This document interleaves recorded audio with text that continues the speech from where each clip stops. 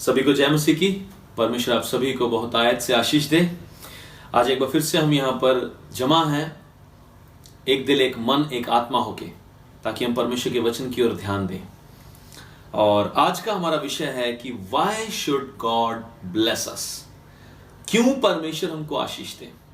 अजीजों, आप पिछले दिनों से जो हमारे साथ जुड़े हुए हैं, जो हमारे सब्सक्राइबर्स हैं, मैं आप लोगों का धन्यवाद देता हूं और मैं विश्वास करता हूं कि आप प्रभु के वचन को सुन के आशीष को पा रहे हैं। तो ज़्यादा से ज़्यादा प्रभु के वचन को आप शेयर करें, इन वीडियोस को आप शेयर करें, इन पे कमेंट ज़रूर करें, हमें बताएं कि कैसे प्रभु आपको आशीष दे रहा है। अगर आपके पास टेस्टिमनीज हैं, आप उसको हमारे साथ ज़रूर शेयर करें, ताकि हम लोग भी और ज़्यादा प्रभु का धन्यवाद कर सकें और प्रभु में हम बढ़ते चले जाएं और हम सब मिलके खुदा की तारीफ करें। हम प्रभु का धन्यवाद करते हैं। आज हम अपने विषय की ओर हम अगर ध्यान देंगे आज, तो हमारा विषय है आज भजन संहिता 67 से, भजन संहिता 67 उसका 1 से लेके 7 तक। हम इसको पहले पढ़ लेते हैं, उसके बाद हम इसके ऊपर गौर करते हैं। परमेश्वर हम पर अनुग्रह करे और हमको आशीष दे। वह हम पर अपने मुख का प्रकाश चमकाए, जिससे तेरी गति पृथ्वी पर और तेरा किया हुआ उद्धार सारी जातियों में जाना जाए। हे परमेश्वर, देश देश के लोग तेरा धन्यवाद करें, देश देश के सब लोग तेरा धन्यवाद करें। राज्य राज्य के लोग आनंद करें और जय जयकार करें, क्योंकि तू देश देश के लोगों का न्याय धर्म से करेगा और पृथ्वी के राज्य राज्य के लोगों की अगुवाई करेगा। हे परमेश्वर, देश देश के लोग तेरा धन्यवाद करें, देश देश के सब लोग तेरा धन्यवाद करें। भूमि ने अपनी उपज दी है, परमेश्वर जो हमारा परमेश्वर है उसने हमें आशीष दी है। परमेश्वर हमको आशीष देगा और पृथ्वी के दूर दूर देशों के सब लोग उसका भय मानेंगे। आमीन, हालेलुया। अजीजों, क्या आपने कभी ये सवाल अपने आप से पूछा है कि परमेश्वर मुझे क्यों आशीष दे? क्योंकि ये सवाल हमें पूछना बहुत जरूरी है। हम प्रभु में चलते हैं, प्रभु के ऊपर विश्वास करते हैं, और बहुत दफा हमारे मनों में ये ख्याल आ जाता है कि हम काबिल हैं इतने कि हमें परमेश्वर को आशीष देनी ही पड़ेगी।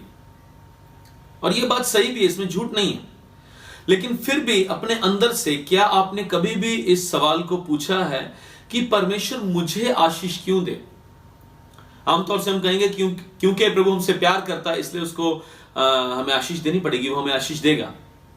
या परमेश्वर के वचन में लिखा है कि वो इसलिए आया कि हमको जीवन दे, बहुतायत का जीवन दे, हमें अमीरी दे, हमें बहुत ही कंफर्टेबल लाइफ दे, कि कोई भी प्रॉब्लम, कोई परेशानी हमारे जीवन में ना आए। लेकिन क्या ये इतना सब कुछ है? क्या यही बातें जितनी हम अपने अंदर सोच के रखते हैं, क्या इतना काफी है हमारे लिए इन सवालों का जवाब देने के लिए कि इसीलिए प्रभु मुझको आशीष दे? क्योंकि मैं आपसे ये बताना चाहता हूं कि अगर हम बाइबल को ध्यान से पढ़ेंगे और एक बड़ी पिक्चर को देखेंगे, अगर हम पूरी तस्वीर को बना के देखें बाइबल में से, अपने आप को उस तस्वीर का एक हिस्सा बना के चलें, तब हमें ये बात क्लियर होगी कि क्यों परमेश्वर हमको आशीष दे। बाइबल में लिखा है, एक मनुष्य ने पाप किया और कितने लोग पापी हो गए इसके कारण। पाप जो है उन पीढ़ियों में आ गया, और एक ही मनुष्य ऐसा था जिसने परमेश्वर पिता की आज्ञा को माना। जैसा पिता ने कहा उसने वैसा ही किया। उसका नाम था प्रभु यीशु मसीह। और क्योंकि यीशु मसीह ने अपने पिता की आज्ञा का पालन किया, इस कारण हम धर्मी ठहर गए हैं। जो हम उसके ऊपर विश्वास करते हैं, उसके विश्वास करने के द्वारा, जो हम उसके ऊपर करते हैं, उसके द्वारा हम धर्मी बनते हैं। अजीजों, हमारी धार्मिकता हमारे आज्ञा पालन के द्वारा नहीं है। हमारी धार्मिकता हम अच्छे काम कर रहे हैं इस वजह से नहीं है। हमारी धार्मिकता यीशु मसीह की वजह से है, जिसके ऊपर हम विश्वास करते हैं, क्योंकि यीशु ने पिता की बात को पूरा किया। हालेलुया। और हमें बहुतायत का जीवन परमेश्वर देना चाहता है, निस्संदेह, इसमें कोई भी शक नहीं करने वाली बात। यह बात बिल्कुल सही है। लेकिन आज हम ये गौर करना चाहते हैं, अगर हम पढ़ेंगे पहला यूहन्ना उसका 2 अध्याय उसके 17वें वचन में इस तरह से लिखा है कि ये संसार और संसार की इच्छाएं, अभिलाषाएं सब मिटती जाती हैं, लेकिन जो पिता परमेश्वर की इच्छा के अनुसार चलता है वो जीवन को पाता है। अजीजों, वो सब कुछ उसके पास है जो परमेश्वर पिता की इच्छा के अनुसार चलता है। यह है परमेश्वर की मर्जी हमारे जीवन में कि हम परमेश्वर की इच्छा के अनुसार चलें। हम केवल उससे बरकतों की, आशीषों की, चंगाइयों की उम्मीद रखें, यह स्वार्थीपन है अजीजों। यह केवल अपने ही बारे में सोचना है। लेकिन जिसने हमसे प्रेम किया, वो परमेश्वर हमसे भी प्रेम की उम्मीद रखता है। वो चाहता है कि हम भी उसको प्रेम करें, और जब हम उससे प्रेम करें तो हम उसकी आज्ञा का पालन करें। यीशु ने कहा, यदि तुम मुझसे प्रेम करते हो तो मेरी आज्ञाओं को मानो। हालेलुया। यह बहुत ही शक्तिशाली वचन है अजीजों, जो आपके और मेरे हाथों में है। यह पवित्र बाइबल जो परमेश्वर ने हम तक पहुंचाई है। हर एक व्यक्ति, चाहे वो कोई भी भाषा बोलता है, आज परमेश्वर ने अपने दास दासियों को इस रीति से तैयार किया है कि बाइबल हर एक लैंग्वेज में, नेटिव लैंग्वेजेस में जो है ट्रांसलेट करके लोगों के घरों तक, उनके हाथों तक पहुंचाई जा रही है, ताकि वो प्रभु के वचन को पढ़ सके, सुन सके, समझ सके, उसको दूसरों तक पहुंचा सके। और परमेश्वर का मुख्य उद्देश्य यही है कि हर एक व्यक्ति परमेश्वर के प्रेम को जान ले। हालेलुया। अजीजों, अगर आप मत्ती का 6 अध्याय 19 से 21 तक पढ़ेंगे तो वहां पर जो है ये विषय के ऊपर बात की गई है कि हम अपना धन इस पृथ्वी पे इकट्ठा ना करें, हमें अपने धन को स्वर्ग में इकट्ठा करना है। और अगर ये बातें हैं तो फिर परमेश्वर हमको आशीष क्यों दे? हमने ऐसा क्या किया कि परमेश्वर हमको आशीष दे? आप और मैं अगर इस सवाल का जवाब दे सकते हैं तो इसका जवाब यह है कि हमने परमेश्वर के इकलौते पुत्र अर्थात मसीह के ऊपर, मसीह यीशु के ऊपर हमने विश्वास किया है। और यूहन्ना 1:12 में लिखा है, हमने क्योंकि यीशु मसीह के ऊपर विश्वास किया, हम परमेश्वर के बेटे और बेटियां बन गए हैं। क्योंकि हम परमेश्वर के बेटे और बेटियां हैं, परमेश्वर हमको आशीष देना चाहता है। लेकिन कैसी आशीष? क्या आशीष? क्या आशीष केवल चीजों की बहुतायत से है कि हमारे पास ये है, हमारे पास वो है? और अगर यही सब बातें हैं तो ये सब चीजें तो संसारिक हैं।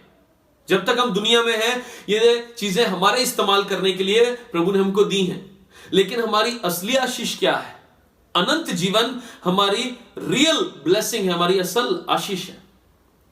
लेकिन उस अनंत जीवन को जिन्होंने पा लिया है, वो लोग जो हम मसीही लोग हैं, हम इन आशीषों को किस रीति से लेते हैं अपने लिए, और कौन सी आशीषों को रियल में आशीष समझते हैं अपने लिए और हमारे द्वारा दूसरों के लिए।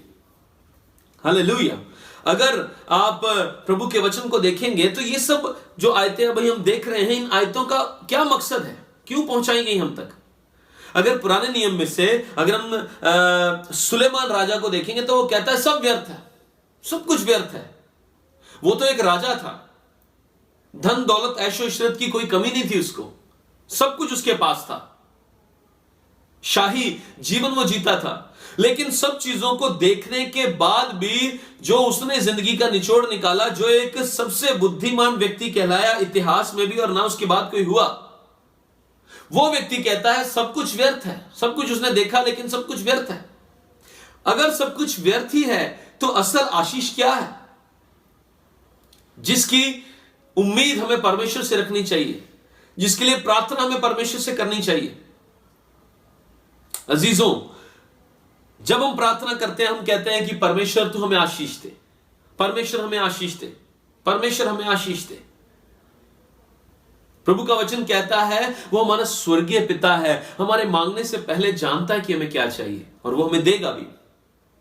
और इसका अर्थ यह नहीं कि हमें ये बातों के लिए प्रार्थना करनी नहीं है। बेशक आप प्रार्थना करें कि परमेश्वर हमें आशीष दे, लेकिन आपकी प्रार्थनाओं की फाउंडेशन क्या है? जब हम प्रार्थना करते हैं तो हमारी प्रार्थनाओं की नींव क्या है? अपने आप को किस ओहदे पे रख के हम प्रार्थना करते हैं? क्या हम सारी उम्र परमेश्वर से चीजें ही मांगते रहेंगे? क्या हम सारी जिंदगी परमेश्वर से केवल बरकतें ही मांगते रहेंगे कि प्रभु अब ये नहीं, अब ये दे, अब ये नहीं, अब ये दे? अजीजों, हमें हमारी प्रार्थनाओं के मुद्दे मालूम होने चाहिए। हमें ये पता होना चाहिए कि हमें परमेश्वर से क्या मांगना है। हमारी प्रार्थना केवल ये नहीं हो सकती कि हमें केवल एक अच्छा जीवन जीना है, बस ये हमारी प्रार्थनाएं नहीं हो सकती हैं अजीजों। और अगर हम केवल यही प्रार्थनाएं करते हैं तो मैं आपको बता देना चाहता हूं कि हमारा विश्वास संपूर्ण नहीं है, सही विश्वास नहीं है हमारा। हम यीशु मसीह को सिर्फ यूज कर रहे हैं। हमने केवल यीशु मसीह को अपने सोशल लाइफ के लिए ग्रहण कर लिया, केवल इस संसार में एक अच्छी जिंदगी जीने के लिए ग्रहण कर लिया, और ये एक सही फोकस नहीं है, ये एक सही नजरिया नहीं है यीशु मसीह को ग्रहण करने का। हालेलुया। ये इट मेक्स नो सेंस, कोई भी सेंस नहीं बनती इस बात के लिए अगर हम केवल एक अच्छे जीवन की उम्मीद परमेश्वर से कर रहे हैं, क्योंकि ये जीवन जो हम इस संसार में जी रहे हैं ये तो खत्म हो जाएगा। It will pass away one day, खत्म हो जाएगा सब कुछ, और धीरे धीरे खत्म होता जा रहा है। क्योंकि हमने देखा बाइबल में, पहला यूहन्ना 2:15-17 में वहां लिखा है सब कुछ, ये संसार का और इस संसार की इच्छाएं अभिलाषाएं सब कुछ मिटती जाती हैं, दे आर फेडिंग अवे, खत्म होती जा रही हैं। लेकिन वही मनुष्य जो परमेश्वर की इच्छा पर चलता है वही बना रहेगा बस, और कोई भी नहीं। लेकिन कैसे हम उसकी इच्छा पर चलें?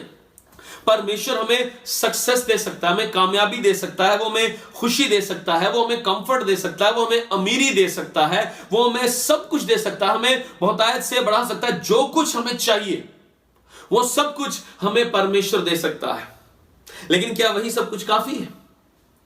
अब्राहम के पास, दाऊद के पास, सुलेमान के पास, अय्यूब के पास बेशुमार धन दौलत थी, कोई कमी नहीं थी उनके पास, और बहुत सारे ऐसे लोग हैं बाइबल में भी, आप उनको देखेंगे तो। लेकिन क्या उनकी जिंदगी सिर्फ इन्हीं बातों के ऊपर टिकी हुई थी? अगर आप बाइबल को ध्यान से पढ़ेंगे तो आपको मालूम चलेगा कि उनकी दौलत ये दुनियावी दौलत नहीं थी, उनकी असल दौलत केवल परमेश्वर था। परमेश्वर के साथ चलना उनकी सही असल दौलत थी। हालेलुया। हम प्रभु यीशु मसीह के ऊपर विश्वास करते हैं और हम चाहते हैं कि परमेश्वर हमें आशीष दे इस दुनिया में रहते हुए। सिर्फ दुनियावी आशीषों के साथ अगर आप सेटिस्फाइड हैं, संतुष्ट हैं, तो ये अल्टीमेट रीजन नहीं है हमारा उसके ऊपर विश्वास करने का। अजीजों, हमें इन बातों को बड़े ध्यान से समझना है। शैतान बहुत चालाक है अजीजों, वो विरोधी है परमेश्वर का भी और परमेश्वर के लोगों का भी, और इसलिए वो कभी भी नहीं चाहता कि आप इन बातों के ऊपर गौर करें, एकांत में बैठ के इन बातों के बारे में सोचें कि मैंने विश्वास किया, क्यों किया, मैं अपने विश्वासी जीवन को जी रहा हूं, क्यों जी रहा हूं, क्या मकसद है इसका। शैतान कई बार हमारी लाइफ को बहुत फास्ट कर देता है, विश्वासी लोग होते हुए भी शैतान को डर नहीं लगता हमारे जीवन से, क्योंकि उसको मालूम है कि हम अपने इस विश्वासी सफर में भी हमने अपनी स्पीड को इतना तेज कर लिया है कि जिसने हमें अनंत जीवन दिया है उसके साथ टाइम स्पेंड नहीं कर रहे, प्रार्थना में नहीं बैठ रहे, बैठते भी हैं तो केवल सांसारिक बातों के लिए परमेश्वर से बात करके बैठ जाते हैं। आत्मिक डायमेंशन तक, आत्मिक लेवल तक जाने के लिए कोशिश ही नहीं करते। प्रार्थनाओं में आत्मिक एस्पेक्ट को, स्पिरिचुअल एस्पेक्ट्स को हाथ ही नहीं लगाते। शैतान को कोई प्रॉब्लम नहीं है ऐसी प्रार्थनाओं से, ऐसे विश्वासियों से। वो खुश है कि भाई जैसा चल रहा है ठीक है, चर्च जा रहे हैं कोई बात नहीं, बाइबल पढ़ रहे हैं कोई बात नहीं, प्रार्थना कर रहे हैं कोई बात नहीं, फिर भी ये स्वार्थी हैं कोई बात नहीं, मेरे लिए कोई खतरा नहीं है। ऐसे लोगों से शैतान हंसता है, शैतान मजाक उड़ाता है ऐसे विश्वासियों का अजीजों। लेकिन परमेश्वर हमसे एक उम्मीद रखता है, वो हमसे ये उम्मीद रखता है कि हम एक अच्छे मैच्योर डिसाइपल्स बने, नॉट जस्ट नॉर्मल बिलीवर्स। परमेश्वर एक अन्य जाति से चाहता है कि वो विश्वासी हो जाए, एक विश्वासी से चाहता है कि वो मैच्योर बिलीवर हो जाए, एक मैच्योर बिलीवर से चाहता है कि वो डिसाइपल हो जाए, एक डिसाइपल से वो चाहता है कि एक मैच्योर डिसाइपल हो जाए, एक मैच्योर डिसाइपल से वो चाहता है कि एक अच्छा प्रीचर बन जाए, एक अच्छा सुसमाचार प्रचार करने वाला। क्योंकि एक चेला अपने कैरेक्टर को ट्रांसपेरेंसी के साथ अपने प्रचार में दिखा सकता है, लोगों के बीच में उसकी रेपुटेशन अच्छी होती है, वो झगड़ालू नहीं होता।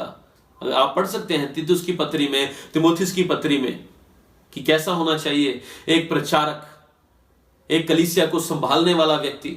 वो नया चेला नहीं होना चाहिए, नया विश्वासी भी नहीं, नया चेला। सोचिए कितनी उम्मीद रखते हैं हमारे परमेश्वर हमसे। परमेश्वर हमें आशीष दे, उसको हमसे पहले मालूम है कि हमको क्या चाहिए। वो तो हमें आशीष देने के लिए तैयार ही बैठा है। वो कहता है पहले मेरे धर्म और राज्य की खोज करो, बाकी सब वस्तुएं तुम्हें मिल जाएंगी। सब कुछ जो आप चाहते हैं, जो आप मांग रहे हैं अपनी प्रार्थनाओं में, जिनको अपना प्राइमरी मुद्दा बनाया हुआ है, वो हमारा प्राइमरी मुद्दा नहीं है, वो सेकेंडरी है। प्राइमरी मुद्दा हमारा परमेश्वर के साथ जीवन को बसर करना है अजीजों।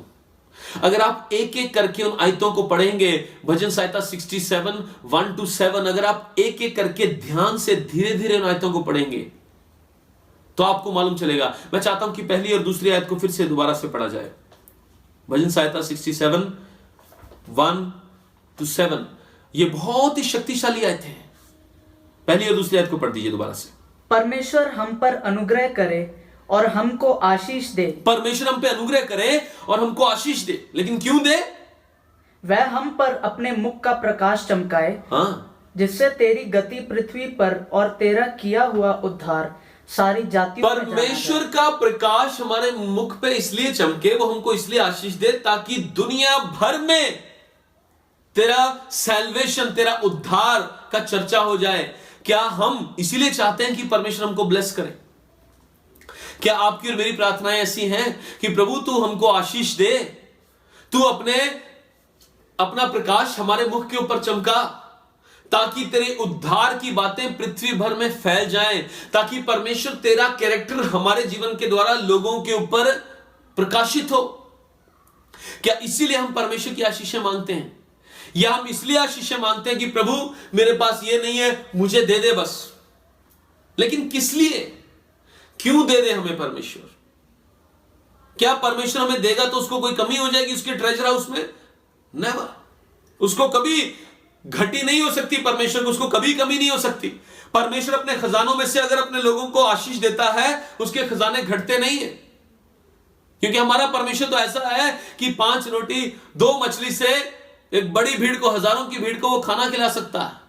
हम लोग रोटी तोड़ते हैं तो हमारी रोटी घट जाती है। यीशु रोटी तोड़ता है तो वो हजारों की भीड़ को खाना खिला देता है, उसका कुछ भी घटता नहीं है चीजों। लेकिन अगर वो हमको आशीष दे तो हम उस आशीष को क्यों ग्रहण करना चाहते हैं, क्यों लेना चाहते हैं? उससे परमेश्वर का क्या लाभ है? परमेश्वर को क्या फायदा हो रहा है उन आशीषों से जो परमेश्वर ने आपको दे दी है? परमेश्वर ने अगर आपको चंगाई दे दी है तो उस चंगाई के बाद आपने क्या किया परमेश्वर के लिए? अगर परमेश्वर ने आपको दुष्ट आत्माओं से छुटकारा दे दिया तो आपने छुटकारे को लेने के बाद परमेश्वर के लिए क्या किया अपने जीवन से? अगर आपने परमेश्वर से कुछ मांगा, कार मांगी, बाइक मांगी, नौकरी मांगी, घर मांगा, अच्छा जीवन साथी मांगा, अच्छी औलाद मांगी, अगर परमेश्वर ने वो सब चीजें आपको दे दी हैं तो उसके बाद आपने क्या किया परमेश्वर के लिए? क्या आपने इन सवालों को अपने अंदर पूछा है? उनका जवाब आपके पास है? अगर है तो क्या है वो जवाब? अगर आपका जवाब यह है कि मैंने तो अभी तक प्रभु के लिए कुछ भी नहीं किया, सिर्फ दान दिया, ये किया, ये मेन बातें नहीं है अजीजों। आप दान दे रहे हैं, दशमांश दे रहे हैं, ये तो एक क्रिश्चियन लाइफ का एक हिस्सा है। हम दे रहे हैं, हमको करना ही है, हम प्रभु के लोग हैं, उसकी आज्ञाओं का पालन करना है। लेकिन क्या आपने अपना जीवन, अपना कैरेक्टर, अपनी बातें, अपनी सोचें परमेश्वर को दी हैं? अपनी बातों में परमेश्वर को रिप्रेजेंट किया है, अपने विचारों में परमेश्वर को रिप्रेजेंट किया है, अपने काम करने के तरीकों में परमेश्वर को रिप्रेजेंट किया है, आपने अपनी सोचों में, अपने व्यवहार में, अपने सब बातों में परमेश्वर को रिप्रेजेंट किया है। इन चीजों को परमेश्वर हमारे जीवन से देखते हैं अजीजों। हालेलुया। यहां पर जब हम पढ़ते हैं भजन संहिता को तो वहां पर भजन का लिखने वाला ये नहीं कहता कि प्रभु मुझको आशीष दे ताकि मैं एक अच्छा जीवन जी सकूं, एक कंफर्टेबल जीवन जी सकूं, मुझको ब्लेस कर परमेश्वर ताकि मेरे जीवन में कोई संघर्ष, कोई स्ट्रगल ना हो।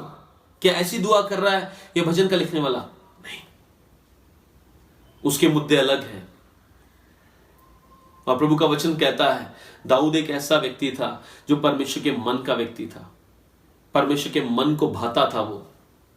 क्या दाऊद से गलतियां नहीं हुई?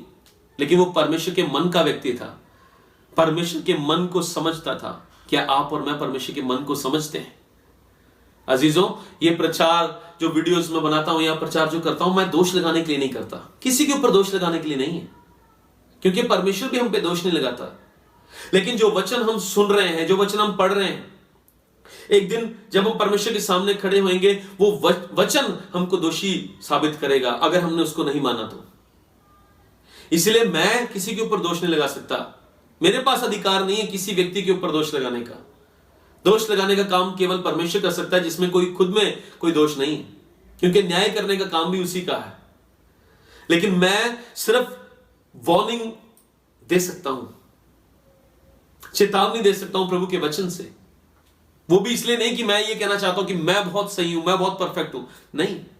लेकिन हम बढ़ रहे हैं, हम सब लोग परफेक्शन की ओर बढ़ रहे हैं। हमें सिद्ध बनना है जैसा हमारा परमेश्वर सिद्ध है। और जब सिद्धता में बढ़ने की बात है तो इसका मतलब यह है कि हम पीछे को नहीं जा रहे, आगे की ओर ही जा रहे हैं।